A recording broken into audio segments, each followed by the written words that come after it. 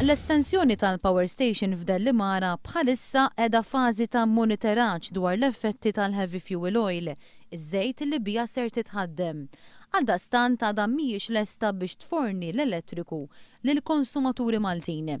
Skont l-Inġinier Arthur Chantar huwa previst li dan l-assessjar ikun lest sa Jannar tas-sena d-dieħla. Bir-riżultati imbagħad jintbagħtu l-Ingilterra biex jiġu analizzati mill-esperti.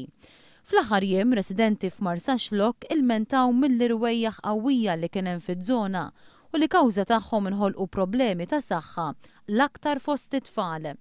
L-Inġinier Chantar qal li kieku pajjiżna mara l-impjant li jaħdem bil-gass kienu jitnaqsu l-emissjonijiet b'40% u bekk tittaffa l-problema ta' tniġġis li diġà qed jiffaċċja pajjiżna. L-użu tal-gażoil iġib miegħu tnaqqis ta' 40% fl-emissjonijiet ta' particulate matter. U dan din hija figura qawwija ħafna li wieħed irid jara fl-isfond ta' ambjent ġa imniġġes ħafna.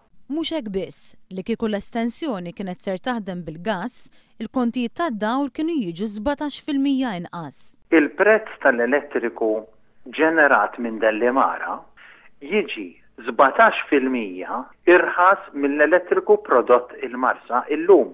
Liema fatt għal Arthur Chantar ġie aċċettat mill-MEPA u mill-awdituri tagħha l-KPMG.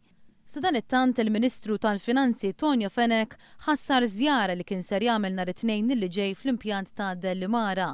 Mistoqsi minn dan l-istazzjon x'kienet ir-raġuni, il-Ministeru qal li kienet kwistjoni ta' tqassim ta' dati u li ż-żjara se ssir aktar il qudiem. Madankollu baqa' ma qalx meta.